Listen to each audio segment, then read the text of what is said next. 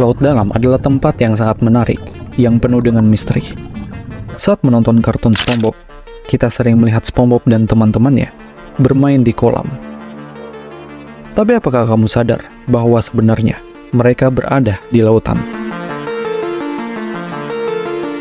Bagaimana bisa ada kolam di dasar laut? Tapi bagaimana jika hal tersebut ternyata benar-benar ada di dunia nyata? Dan ternyata tempat itu memang ada. Kita menyebutnya sebagai kolam air asin di dasar laut atau brain pools. Apakah ada kehidupan di sana? Seperti apa hewan yang hidup di kolam dasar laut tersebut?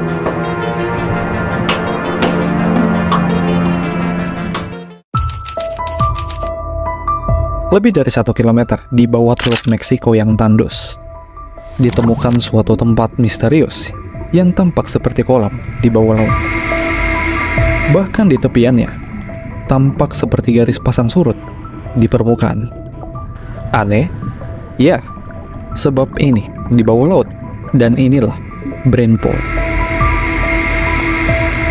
Di Teluk Meksiko terdapat banyak kolam air asin yang berbeda-beda ukurannya, mulai dari yang hanya sebesar 1 meter hingga yang mencapai 20 km.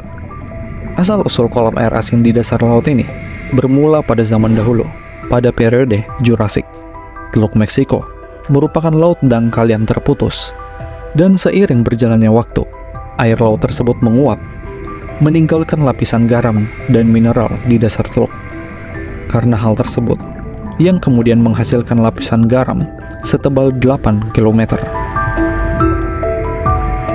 Kemudian endapan dari tanah dan air menutupi lapisan garam tersebut, sehingga melindungi mineral-mineral itu dari terlarut kembali ketika teluk bergabung kembali dengan lautan dunia saat pergeseran lempengan terjadi. Karena retakan-retakan, ada lapisan sedimen di atasnya yang memungkinkan air merembes turun ke dalam endapan garam purba tersebut, sehingga melarutkan garam itu menjadi air garam yang sangat kental dan mengeluarkan gas-gas yang terperangkap di dalamnya. Air garam ini kemudian dipaksa keluar dari dasar laut melalui celah retakan. Karena keasinannya yang sangat tinggi, air ini lebih padat dibandingkan dengan air di sekitarnya, sehingga sangat sulit untuk menembus permukaannya, apalagi berenang di dalamnya. Karena tingkat keasinannya yang sangat tinggi, membuat tingkat konsistensinya menjadi lebih berat daripada air laut di sekitarnya, dan membentuk kolam-kolam air asin yang besar di cekungan-cekungan dasar laut. Di beberapa tempat di sepanjang kolam, air garam dapat meluap ke bawah seperti air terjun. Ini adalah aliran air yang menjaga tingkat air di dalam danau, sementara airnya akan terus diisi ulang dari lapisan garam di bawahnya. Proses ini disebut dengan outflow. Selain itu, landscape di sekitar kolam-kolam ini juga memiliki formasi-formasi seperti pegunungan bukit, lereng, dan lembah yang aneh, yang disebut dengan proses tektonik garam dan pengendapan mineral. Formasi-formasi ini seperti pelindung danau air asin. Ini adalah benteng mineral yang diciptakan oleh alam dan menciptakan lingkungan yang unik untuk tumbuh kembangnya ekosistem yang berbeda dari yang lainnya.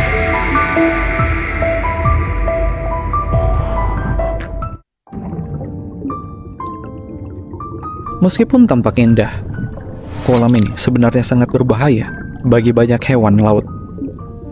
Kolam air asin menciptakan dua lingkungan yang berbeda, namun berdampingan di dasar laut, yang seimbang satu sama lain. Kolam air asin itu sendiri berbahaya bagi banyak organisme karena kurang mengandung oksigen dan terlalu asin untuk mendukung kehidupan.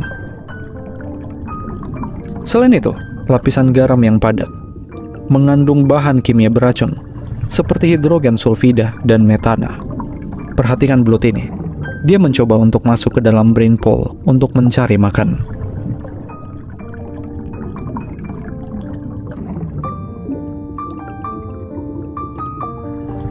Karena tingkat salinitas yang sangat tinggi dan kandungan gas beracunnya dapat membuat belut kejang-kejang.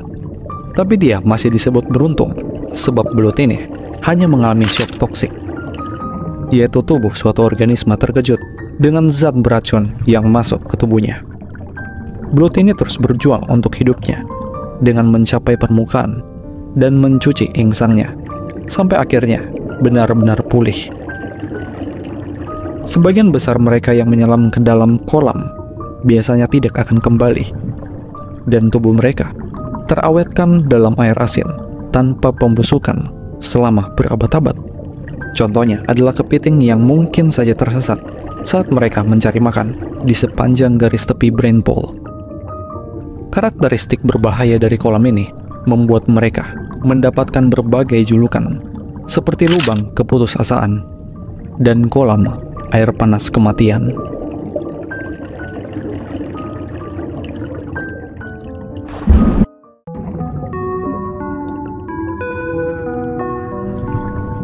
Meski tempat ini seolah mengerikan, brain pool tetap menyimpan harapan bagi sejumlah kehidupan yang terus berjuang untuk melawan kemustahilan. Beberapa organisme telah beradaptasi untuk hidup di lubang keputusasaan ini. Di kolam air asin ini juga terdapat garis pasang surut yang dihuni oleh ratusan ribu kerang. Di tengah teluk Meksiko yang tandus, ini seperti oasis sumber kehidupan yang beragam, yang sepenuhnya tidak tergantung pada matahari. Organisme-organisme ini membentuk ekosistem tanpa sinar matahari dan bahkan oksigen. Sumber energi utama ekosistem brain pool adalah metana yang menyembur keluar dari dasar laut dan menyemburkan bakteri khusus yang mampu mengolah metana menjadi energi. Ya, metana yang merupakan ancaman berubah menjadi sumber kehidupan. Meskipun gas-gas ini mematikan bagi hewan-hewan di sana, metana justru adalah makanan bagi bakteri khusus tersebut melalui proses yang disebut kemosintesis. Ini adalah dasar dari ekosistem di sini, karena bakteri-bakteri khusus ini yang menghidupi banyak spesies seperti kerang, squid lobster, hingga cacing polikat merah. Dengan demikian, berbagai organisme yang sangat khusus berkembang subur di dekat zona yang penuh dengan gas beracun ini. Seluruh ekosistem telah berkembang dengan berbagai makhluk berinteraksi melalui simbiosis, pemangsaan, dan persaingan ketat untuk mendapatkan ruang dan nutrisi. Kerang bergantung pada bakteri kemosintetik yang hidup di dalam insang mereka untuk bertahan hidup, dan keduanya memiliki hubungan saling menguntungkan. Bakteri ini memberikan energi kepada kerang untuk bertahan hidup, dan sebagai balasannya, mereka melindungi bakteri dari pemangsa yang menjaga di sekitaran danau. Dengan populasi yang besar, kumpulan kerang ini membentuk pantai berbatu di sekitar kolam, berinteraksi dengan siput, udang, dan lobster yang menggunakan kerang sebagai tempat berlindung juga, atau sebagai jalan untuk mencari makan. Predator yang lebih besar juga memanfaatkan keragaman kehidupan ini, seperti gurita, ikan hangfish, dan kepiting besar yang datang ke tepian kolam untuk memangsa kerang. Namun, bukan berarti ekosistem ini tidak memiliki resiko.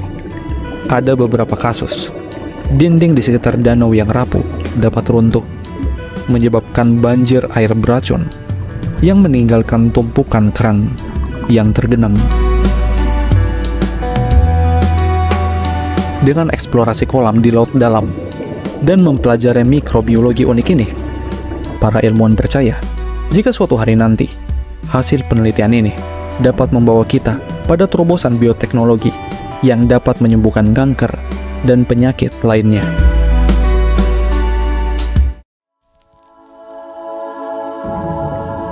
Pendanaan video GVoice juga berasal dari dukungan para donatur di Saweria. Jika kamu ingin memberikan dukungan melalui Saweria, kamu dapat scan QR ini atau klik link di deskripsi. Terima kasih telah menonton sampai detik ini. Jika kamu suka, kamu boleh tekan jempol ke atas, komen, share, dan subscribe. Itu semua sangat berarti untuk perkembangan channel GVoice.